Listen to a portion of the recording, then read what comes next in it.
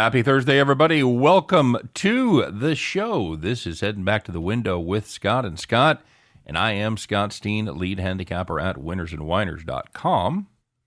And I'm your co-host, Scott Reichel, senior handicapper over winnersandwhiners.com. And together, we do this each and every day, 3 p.m. Eastern, 2 p.m. Central, as we try to do our very best to help everybody out there in their perilous journey to head back to the window and cash those winning tickets. Pretty exciting day for me, Scott. This is what it's been reduced to. This is when you know you're old. I'm all excited because my Himalayan salt has arrived via Amazon. So after the show, Did you actually go to the Himalayas for that salt? No, I told I guess I'd get it on Amazon, dude. They bring a big bag of it, and it's a beautiful thing. I put it in my. I didn't know the Himalayas were in the Amazon. It's crazy stuff. It is crazy, and I put it in my electric salt grinder. That you just turn it. It's gravity, and you turn it up, and it just grinds the salt for you. Nice. God, I'm so old. All right. So anyway, how'd your day go yesterday, buddy? Was okay. Yeah. I basically broke even. I ended up losing my play of the day with Asheville, their best player. Hey, who picked up didn't? his fourth foul and a technical with 8 minutes to go. Yep. Teed which him up. means in college that's a personal foul. So he fouled out with 2 fouls in 1 second, which was kind of impressive. Then they fell apart. Besides that, I ended up having a couple of player props that unfortunately ended up winning, but the one we took for the farm was one that did not hit. You want to tell the story about that? You do a podcast with your buddy, and I do. So I do a podcast with a friend of mine, and we each do 3 player props, right, for every Wednesday. Mm-hmm. I went 3-0. Yep. He went 2-1, and the one play that I actually liked, I liked his favorite play the most, more than my plays, was the Jared Allen one. And that's the only loser we had on the entire show. And we gave it out for the farm.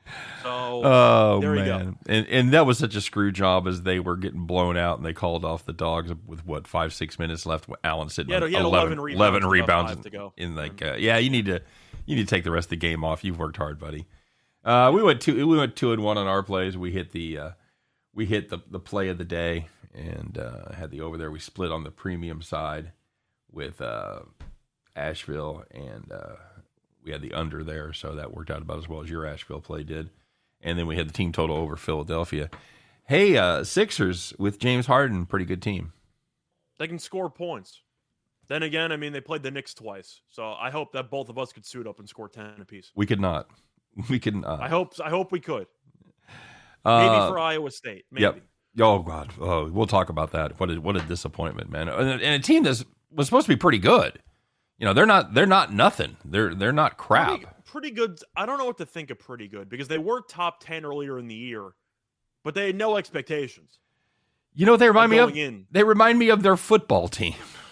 They remind me of the football where everybody had them ranked in the top 10 going into the season. They played a couple pretty good games, and all of a sudden you're like, oh, this team. Well, that was my point. Sucks. Iowa State was unranked. They were randomly in the top 10 because they played really well for the first month and change.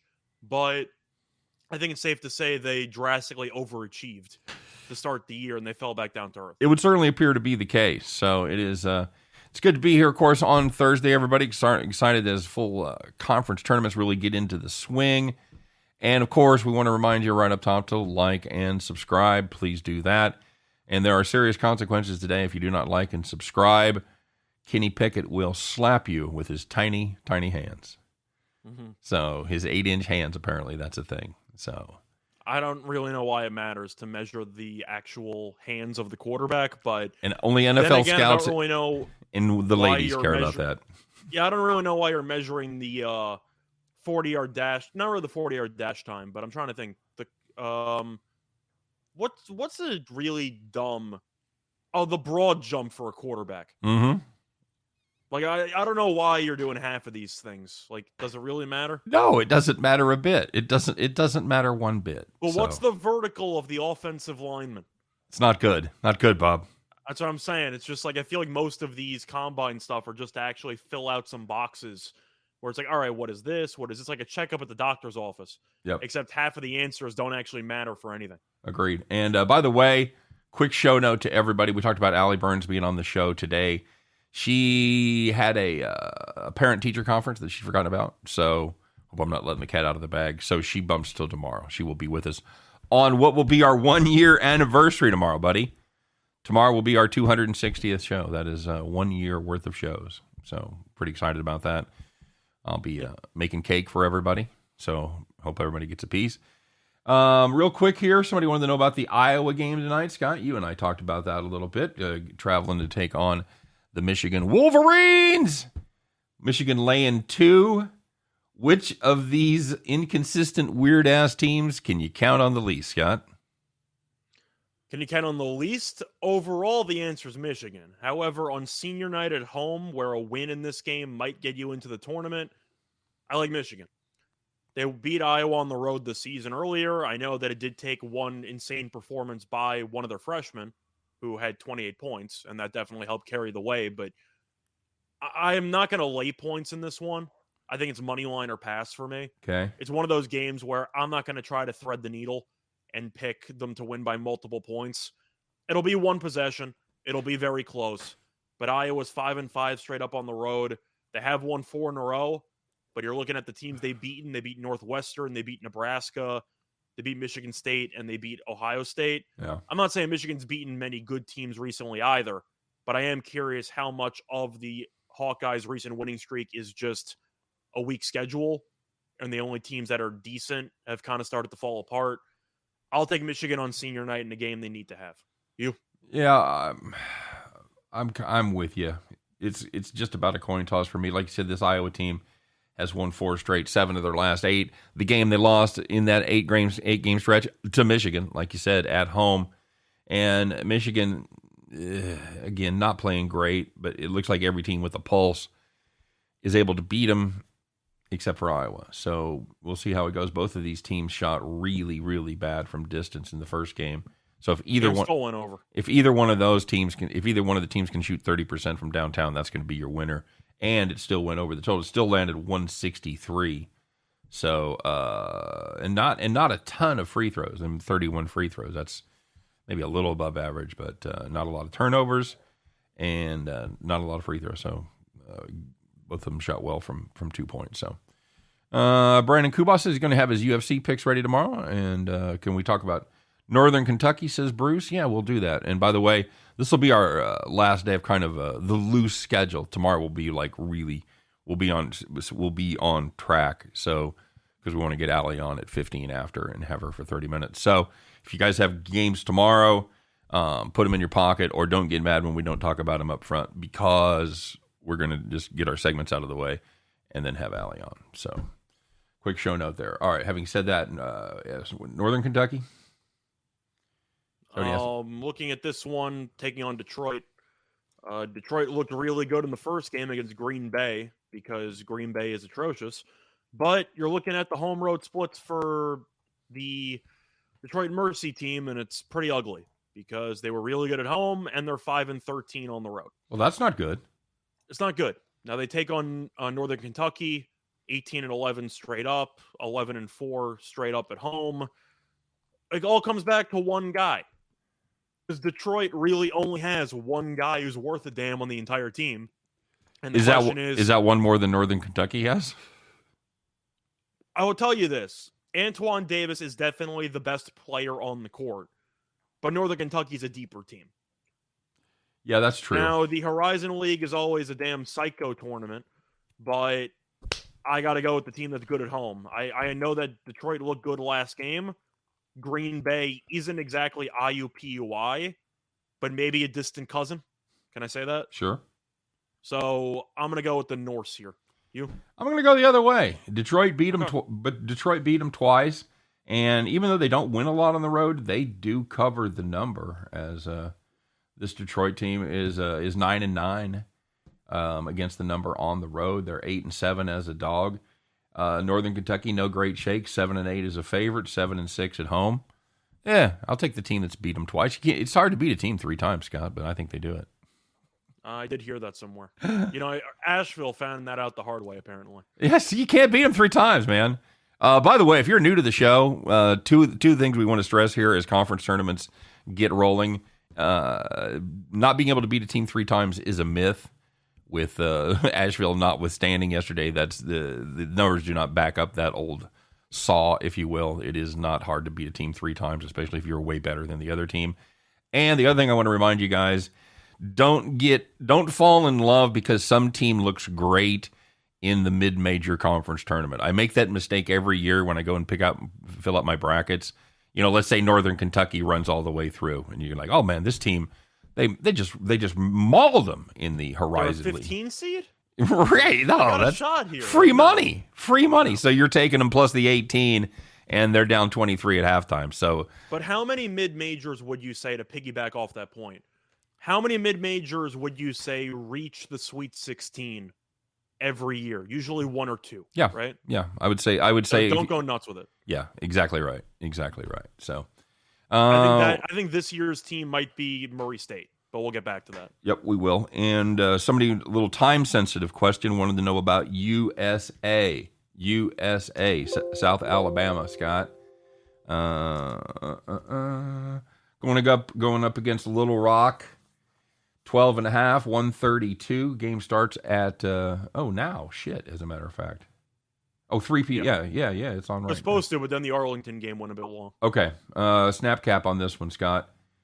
It's going to be South Alabama or pass. I'm not exactly a fan of laying double digits in a neutral. Yeah. But Little Rock is by far and away the worst team in the conference. Can't do it. 5-16 is the dog, so they've been overvalued in the market, even though they're shitty. 3-10 in conference.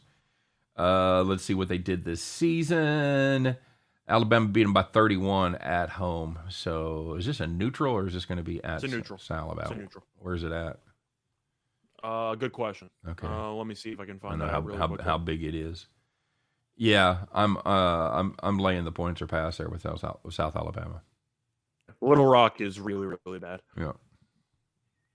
No injuries. Okay. Yeah, I'm good. Oh, speaking of which, with big spreads in conference tournament play, I got a big game coming up today after the day off yesterday. Bobby Morris getting 11 against Cleveland State. I'm still in the running. I'm still in it. I got one team left. They're probably going to lose today. But I'm actually not sure Cleveland State's going to cover. I actually think I actually think Robert Morris can hang Bobby Morris. I'm not saying they're going to win. I hope they win. If they win, I'm going to have a great time. But do you think 11 seems a bit high? They've played each other somewhat close in the regular season. I thought the same thing. I don't know if I want to get involved with Bobby or not, but I did think that was either going to be Robert Morris or pass. I wanted to know. I thought the line would open up at 8.5. Yep. Something like that. I know somebody asked me yesterday what I thought the IPFW spread would be. I think I said 7. It turned out to be 6. Like something like that seemed about right. I think you said, didn't you say you said 7.5? I said 4.5. Yeah, I think it ended up at like 6 or 6.5. Yeah, I'll tell you. Somebody Renzo says Pensacola. Thanks, buddy. I appreciate. I knew somebody out there would know. THC is RZA. South Alabama full game under. Yeah, I feel the same way about the totals. I do the spread. It's under or pass for me. Illinois, Indiana State getting together there, Scott.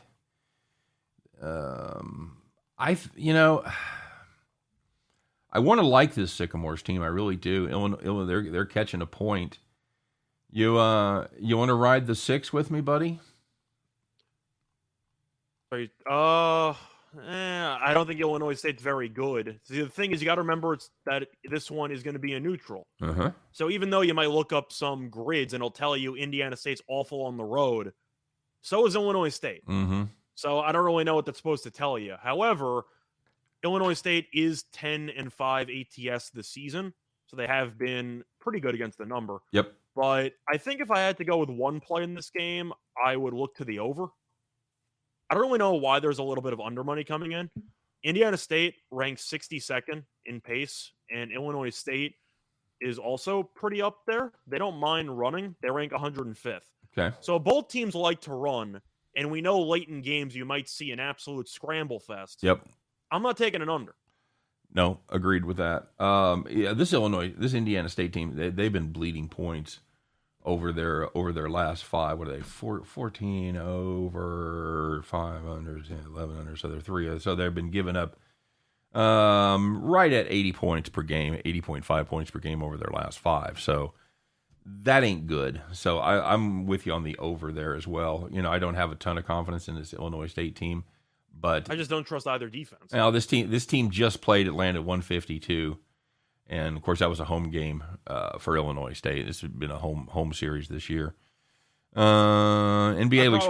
I probably will have some action on the over. I'm not sure how I'm supposed to avoid it at this number. I agree. Riz is asking about Coastal Carolina. Bruce is asking about Coastal Carolina. It was an interesting game going up against Georgia Southern. Coastal Carolina laying 5. My first impression is I don't have confidence in Coastal Carolina to cover 5 points, but then you look at Georgia Southern and you have to consider it. Right. That's the thing. Coastal's been good lately, winning covered 4 of the last 5, including a 21-point victory at home over Georgia Southern. Yeah, it's got to be Coastal or pass. I can't get involved with this Georgia Southern team. That's just they're not good, Bob. They're not good at all. They're not good. They've lost 6 of their last 7, covered just twice in that stretch. Coastal or pass. I don't love laying that many points with this Coastal team, but I think they get it done. Georgia Southern is not quite awful, but they're bad. They're they finished 5-11 in conference play, so they're better than the likes of Little Rock and UL Monroe. Right. They actually had the same amount of conference wins as UL Monroe, but they played 2 less games, so maybe I'll give them 1 out of those 2. So they're a little bit better. But looking at the actual regular season meetings, they played twice. Coastal won both. They won by 4 on the road, and they won by 21 at home. I think this one ends somewhere in the middle. Coastal wins by 9, something like that. That's my guess. Just short of double digits. THC, as Rizza says, that NBA is crazy today. A lot of moving parts. Absolutely true. You see some of the line moves on these games? It's been crazy. The NBA? It's been nuts. We were talking about it in our Slack channel. We were trying to figure it out because some of them are injury driven, but some of them are just kind of bizarre moves that you just have to wonder. Again, and we've talked about this before, Scott. There's a lot of people know a lot more than we do. That's part of the problem when you're trying to catch those line moves, because somebody knows why those lines are moving, but it ain't us. Yeah. And that's a problem. Craziest move of the day is clearly the Grizzlies. Yes. And that's clearly the craziest move by far. You can talk about the Atlanta game, which has moved. The Golden State game has moved. A lot of favorite switching, a lot of line moves, but that Grizzlies one has moved like 5 or 6 points from the overnight. And Ja has not appeared on an injury report. Right. I'm assuming that he was going to not play because of that line move, but I haven't seen anything. And of course, the Celtics are still missing Jaylen Brown, but a 6-point line move. Yeah, I don't. That one jumps off the page to me. Any theories? I thought Ja was not going to play. Do you still think that's possible? They just haven't put him on the report yet. The truth is no, because usually they would announce something like this, like at because we're early afternoon. We'd at least be seeing questionable this morning, and I said 2 p.m. Eastern time.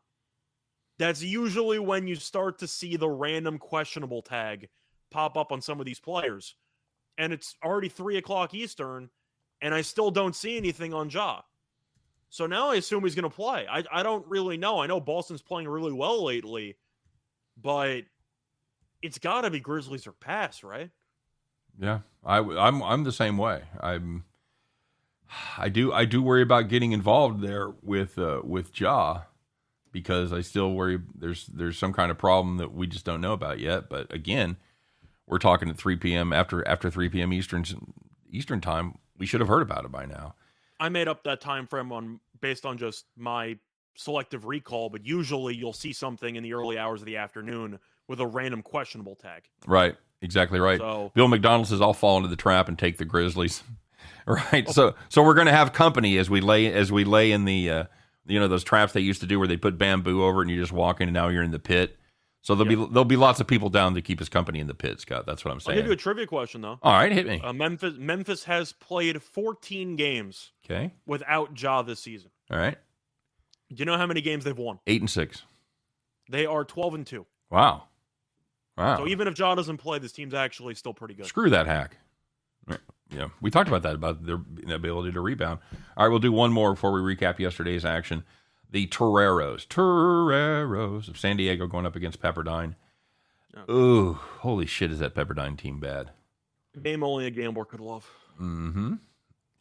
Scott, Toreros, not awful. Haven't played great lately, but man, they have run through the gauntlet there to end the season.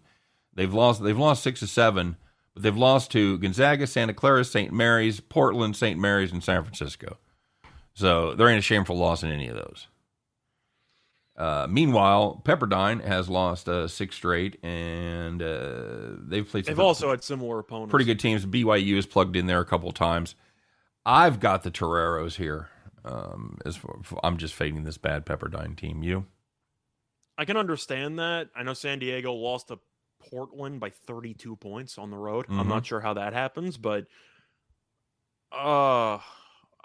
the real question is, so looking at the regular season, San Diego won each of the first 2 meetings by at least 8 points. Yep.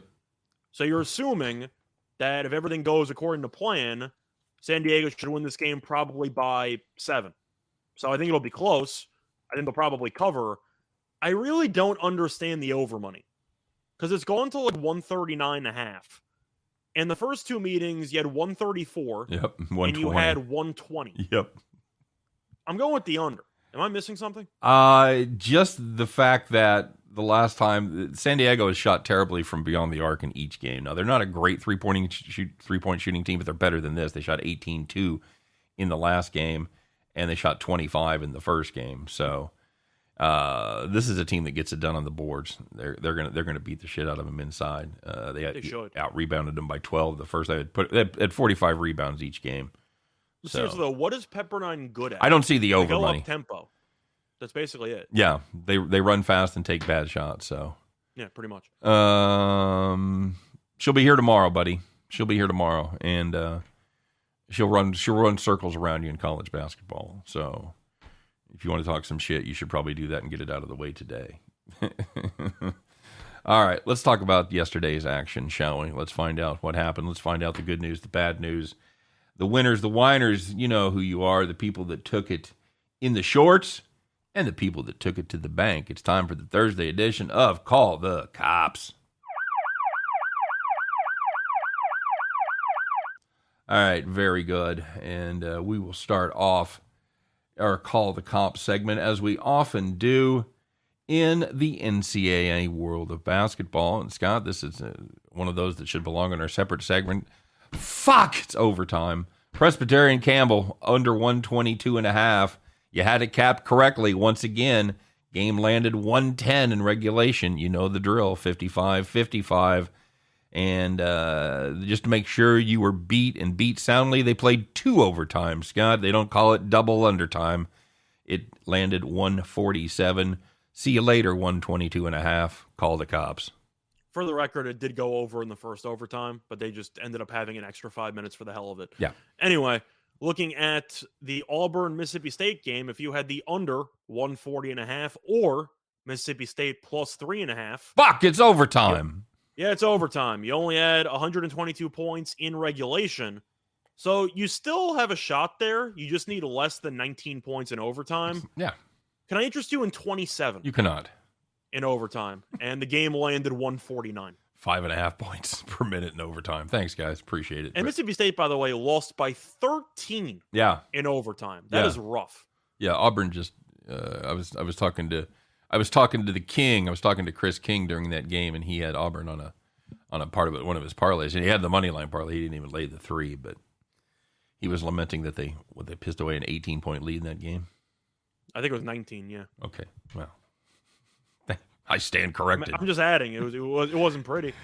220, 221, whatever it takes. Finally, are we in agreement that Auburn's just not going to make the Elite Eight? Yeah, I think we're in agreement on that. I've completely just written them off. They're done. Hey, man, if you had the Pacers Magic under 230, it's the whole thing, the whole series. Thing's overtime. This is the pros though. This is the pros. Sorry. The game landed 220 in regulation. Guess what? Fuck, it's overtime. They didn't put up much. They only put up 16 in overtime. That's the one you needed from the other game. It was still enough to beat your ass, because if you had under 230.5, you had under anything last night. Suck a bag of dicks. You're a loser. Call the cops on that one. Yeah, it was also, if you had the Magic, I believe they were -1, -2. They led by 15 going into the fourth quarter. Nice. And they somehow got outscored by the Pacers by 15 points in the fourth quarter. They lost in overtime. It's magic. Here we go. So there was some good news out there. We had to look a lot harder for the good news than the bad news, but There were some people on the right side. You know who you were. You had a nice, easy time of it. Get to sit and eat some ice cream, maybe drink a little scotch, hopefully not together, because you were sitting in the Wednesday night rocking chair. So the first one in the NBA, if you had the Hornets +4 against the Cavaliers, led by 15 points at half, and they won by 21. If it was a closer game, we probably would have an extra farm, but that I pass. Hey, if you had St. Joe's LaSalle, a game that we talked about, under 140 was the way to play there because neither team got to 50. This one ended at 97. Yikes! How'd that? And who won that game, Scott? Oh, LaSalle came back. They won. That's right. They were down, I believe, 14 at the half, and I know I mentioned them on the show, getting 1.5, and they actually got there. Not the way you drew it up, but they got there. No. Anyway, looking at the NBA, if you had the Heat and the Bucks over 225.5, Heat money line, by the way, also a pretty bad beat from last night. You had 130 points in the first half, and no shenanigans at all. Game line to 239. Not even the shenanigans that are cheeky and fun? No, not even. Well, it was if you had the Bucks money line. Yeah. The Heat were up. What are they up? Like 7 with a minute to go. They were up 5 with 20 seconds left, and they somehow lost the game in regulation. Brutal. Just brutal. All right, we have to talk about this. It's right here in my home conference, my backyard, place I've been to many times. We have to talk about this because it's just awful. Scott, I watched this game last night, and you got to tell you, I wasn't mad. You watched this thing? I watched a little bit of it. Just when I saw the score, I had to turn it on. I had to see it for myself, and I wasn't mad, but I definitely was disappointed. Nope. Let's see if we can get that cow to play a trombone. Here we go. Very nice. That's why we need an engineer. That's what I'm telling you. So the Iowa State Hawkeyes last night, the Iowa State Cyclones. Sorry, Iowa. I didn't mean to paint you with that brush. 4-point home favorite against Oklahoma State. I actually liked them there. I thought I thought they'd do well in that spot. I was incorrect because they were good defensively. No, they were. It was a good news, bad news. Let's look at the bright side, Scott. It's like I was doing a performance review. Iowa State, I was really happy with your defense. You only gave up 53 points last night. But maybe we need to work on your offense a little bit because you scored 20 in the first half, and then you came in and you had a halftime pep talk by your coach, and you went out and put up 16 in the second half. That's right. That game landed 36 for Iowa State, Scott. Who was the home team again? Iowa State was the home team. That's right there in the Hilton Coliseum up there in Ames, Iowa. So, yeah, not good. Not good. Not good at all, kids. They couldn't do anything. Just couldn't do anything with this Oklahoma State team. That is just a faint shadow of last season's Oklahoma State team. They're not a good basketball team. There's no excuse for this. Did you? I assume by your tone and your question, you did not watch any of this game. I did not. Not a bad call. Not a bad call. Can I interest you in another piece of information which makes this performance even more embarrassing? Sure, why not? It was senior night. They scored 36 points on senior night and lost by 17. Did all the seniors that normally don't play? Was that what the deal was, or? They might have emptied out the entire bench before the game started because they only scored 36 points. Man, that's just outrageously bad. So, man, and again, if I was doing a performance review, you do like the shit sandwich where you start with something good and then you talk about a challenge that you may be having and then you end with something good. I can't think of any good thing to end with Iowa State. They don't have to do it. They don't have to play any more games. Yeah, go ahead. Iowa State's 20-10. Mm-hmm. I'm assuming they're safe for March, correct? I guess, sure. Is this the type of loss that plays you back onto the bubble? Because Oklahoma State's 14-15. I think it almost has to. I'm sure the judges will tell you, or the guys that put the committee will tell you that it doesn't really matter. But I think at the back of your At brain, home, doesn't that I have think it has to. doesn't that have to play into it?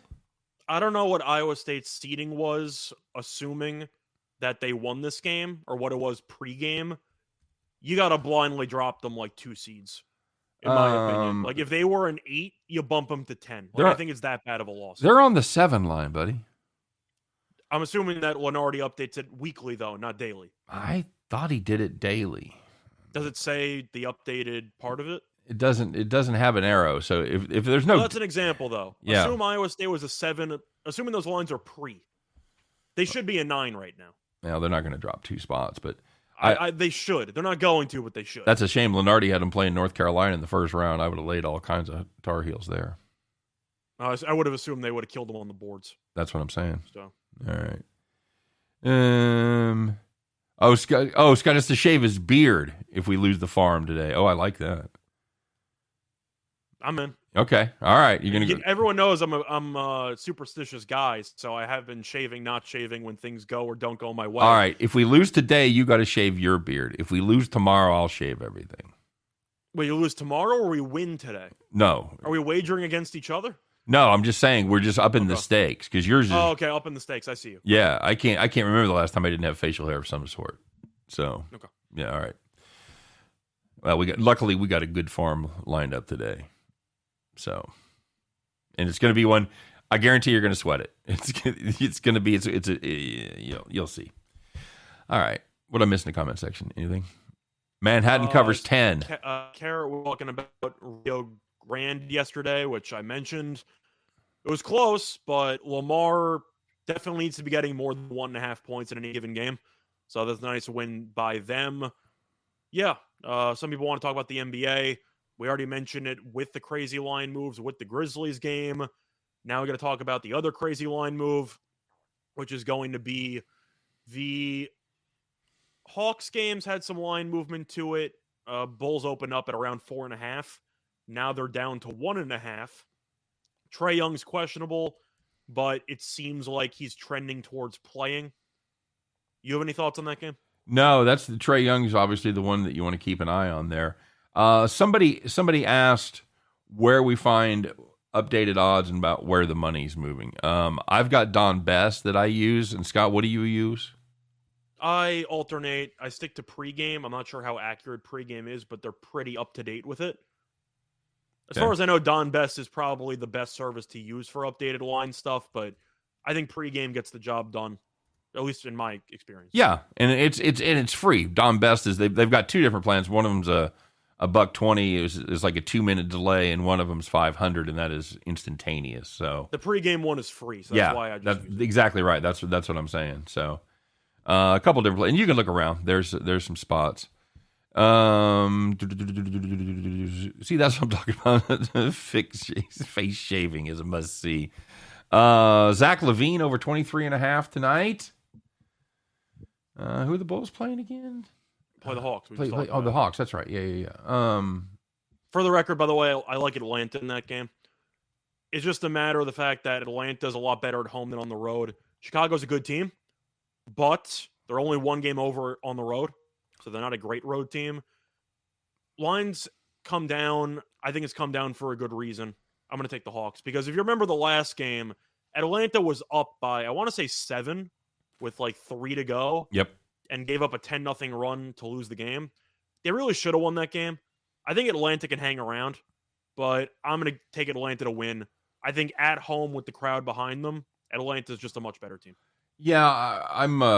This is an Atlanta team that you kind of hit the nail on the head there. They play terribly away from home, but luckily they're home. So as long as Young plays, I'm okay with that. I don't know how much long-term success this team is going to have without John Collins. I think they absolutely have to get Collins back here.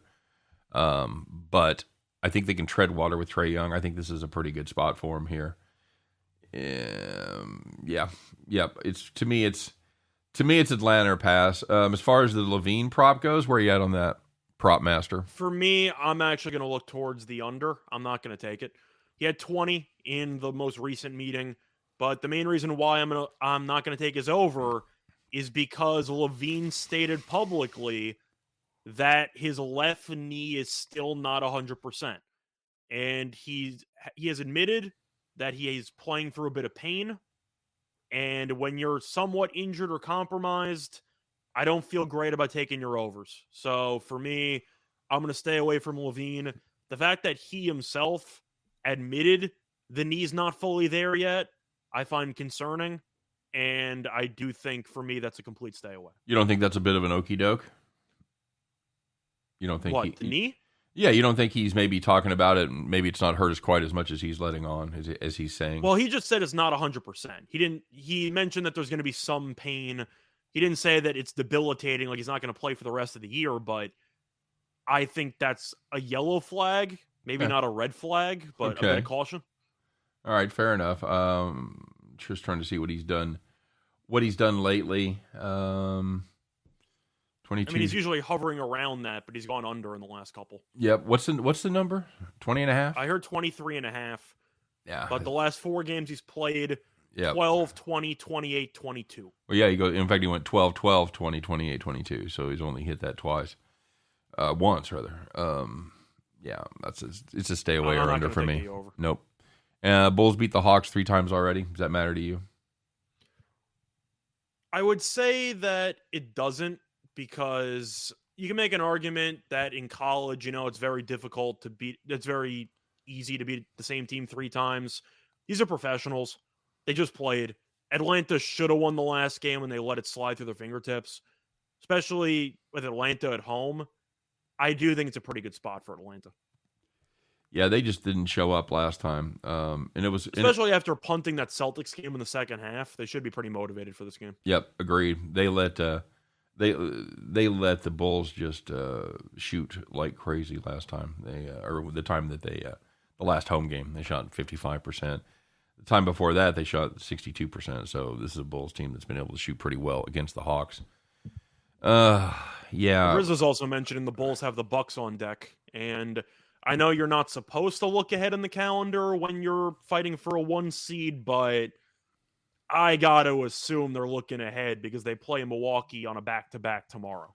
Right. And THC that's got to be a pretty poor scheduling spot for Chicago, in my opinion. Agreed. THC was talking about that he was out there in shoot-around. They were giving him treatment like during the shoot-around, and he was out there participating, so that's a good sign for... Yeah, he's not going to know where he is, but he's going to get buckets. Yeah, fair enough. Anything else, man? What else you got? Anything you got cooked up for today? Warriors get revenge tonight? Wait, what? Did the Warriors get revenge tonight? I actually think they do. I understand that Dallas is favored because they just beat Golden State on the road last game. Dallas went on a 26-1 run in the fourth quarter to win that game. My question for you, with Klay Thompson back in the lineup, it seems like he's finally over his illness. He's expected to play. So Golden State's healthier. Draymond's still out. Yep. But if Golden State does not blow that game against Dallas on Sunday, and let's say they win by 5, what's Golden State laying in this game? 1.5, 2? Yep. That's about right. So it's about a 4-point overreaction, right? Yeah, you could make that argument for sure. So that's the argument I'm going to make. I think that if Golden State holds on, they're favored in this game. They should have won the game at home against them on Sunday. I'm going to take them now. All right. I just don't want to lay 2 here. I know Golden State's playing terrible basketball. Like I fully acknowledge Golden State is struggling. But Dallas, I like what Dinwiddie's done for the team. But really, unless Doncic goes nuts every single game, they really just don't have many other ways to win basketball games, do they? No, and they're gonna be without Trey Burke tonight. So but this is my question, because you and I talked about this before the show when we were doing our prep. We talking about the Nets and the fact that they're getting Durant back. To you, that didn't matter. You still wanted to fade the Nets, and I take a wait and see to see what kind of contribution Durant makes and if he can turn this team around or at least make them non-horrible. Now, you seem to be using the opposite argument in this game, where you say, well, I'd fade the Warriors, but Klay Thompson's coming back, who's been gone roughly the same amount of time, right? Okay, I can't wait, what? What are you talking about? As far as being out. Klay's missed 2 games. Durant hasn't played in 2 months. Well, you're right. Klay Thompson's only been out a couple games. So I thought Durant had played I looked this up. I thought he'd played more recently, but yeah, it's been longer than I thought. So I'm also looking at supporting cast because the Warriors have been without Clay for most of the year. They still have Curry. I know he's been underwhelming, but he's still a very, very solid player. The Nets with no Kyrie and no Simmons have absolutely nobody.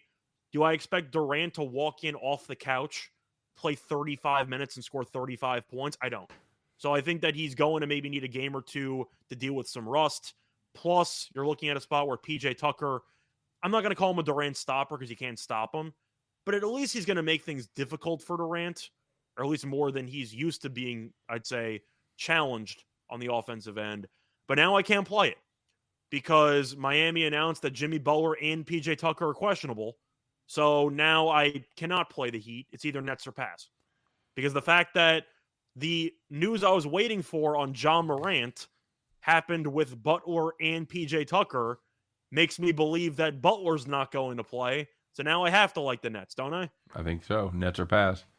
And Tucker. And Tucker's the one who's going to guard him. So we talked a little bit about this Grizzlies game. That has been the biggest line move. And like you said, it's been pretty much a 5.5 point line move as the Grizzlies went from 3-point favorites to 2.5 point dogs.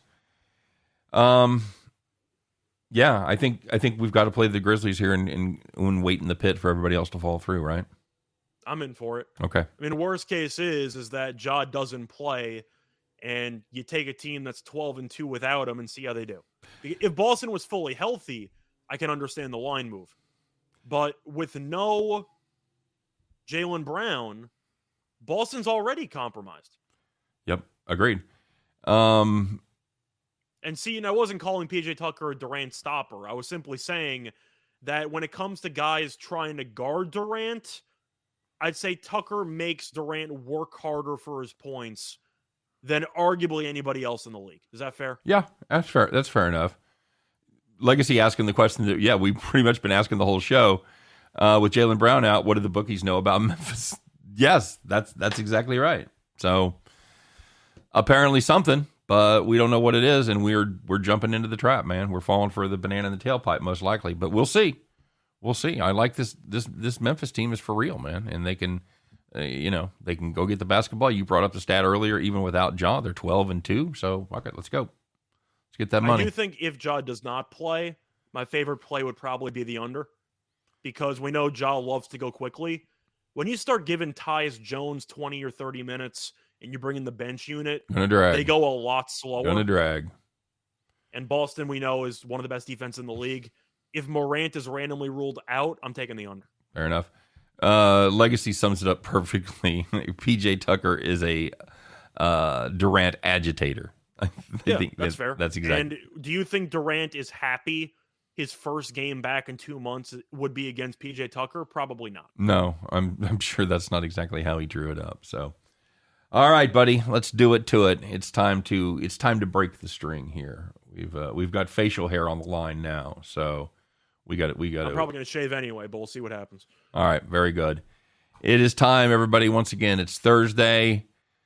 It's we hit our 60% and haven't hit a damn thing since. So let's get it rolling here, guys. It is time to strap on those overalls. Put the lucky overalls on. We need it, guys.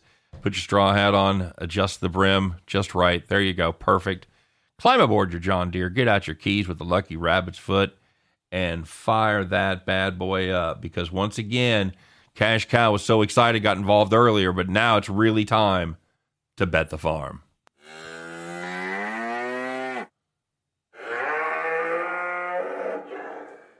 All right, very good. Well, it is college basketball tournament time, and you know what that means. It's and this is actually this is not a tournament game. This is a regular season. This is a regular season game. Yeah, they're going to go starting. We tried the tournament games. We decided to pivot. Yep. So we are going to stay in college basketball, but we're going to look at Conference USA, and it's going to be the University of Texas at San Antonio team total under 55. Now, that sounds like not very many points, and you are absolutely correct. So, allow me to make my case. They're going up against North Texas. North Texas, as you guys may remember, they are the slowest team in the country. That's right, number 358, and they are 357th in possessions per game.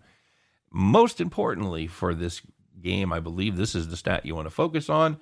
North Texas allows the second fewest shots per game. So it's not just they have a good defense, which they do, by the way. They are 18th in defensive efficiency, and I did not put that in there, but they are.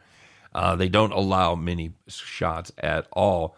Meanwhile, the Roadrunners, not a good offense at all. They are 318th in offensive efficiency and 297th in scoring. And finally, North Texas, their defense has even stepped it up a notch from the good that it's been all season. They've allowed just 52.5 over their last 5. This game was played once earlier in the season. North Texas allowed 45 to the Roadrunners the last time these two teams got together. Like I said, anytime you're playing team total under 55, you're going to sweat it. You're going to be doing the math the whole time, and it's probably not going to go under by 20 points. It ain't going to be a rocking chair, but it is going to be a win, and that's going to do it for Bet the Farm. UTSA, team total under 55.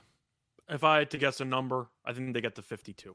Okay, very good. Like I said, it ain't going to be easy, but it's going to be a sweat. So let's do it. Let's get that farm. Let's save the beard. Save the beard, buddy. Okay. Yep. He's stunned. All right, you guys. Way to close strong, brother. Thank you. It's going to do it for me and Scott, for me and the silent one over there. He's just thinking about how he's going to look without a beard. Now, you look like a terrorist now, buddy. That's not a great look. You got to get that. You got to get the look I was kind of going for. You got to get the stash going. You look like you should be. The stash never grows. Like, it's nothing I can do about it. It just stops. You look like you should be carrying a bomb or building a barn. One of the two. It's like if I can mix my beard with your Fu Manchu look, yeah. then maybe I got something going. That's what you're going for. That's it, buddy. Hey guys, thanks for joining us. Of course, don't forget we will have Allie Burns with us tomorrow. And one more time, if you would smash that like button, we'd appreciate it. Don't forget to check out our pals over there at BetMGM. All the details are in the show notes. Still the $1,000 match free or free bet, basically, as you can bet up to $1,000 and they'll match it if you lose. And of course, the NBA props, the NBA promotion still going on. $10 gets you $200 if anybody makes a three-pointer. So check out all the details in the show notes. Available, of course, only where states where MGM is, and you must be 21 to play. All right, that's going to do that for us. You guys, thanks very much for stopping by. We appreciate it. Don't forget to join us each and every day. Tomorrow's also going to be NASCAR Day, so we're excited about that. And Scott can tell us about how he didn't really lose money on bad bets that he made. So stay tuned for that. You guys have a great day. Thanks for joining us. We'll see you each and every day, Monday through Friday, 3 p.m. Eastern, 2 p.m. Central, as Scott and I do our best to help you to head back to the window. Take care, everybody.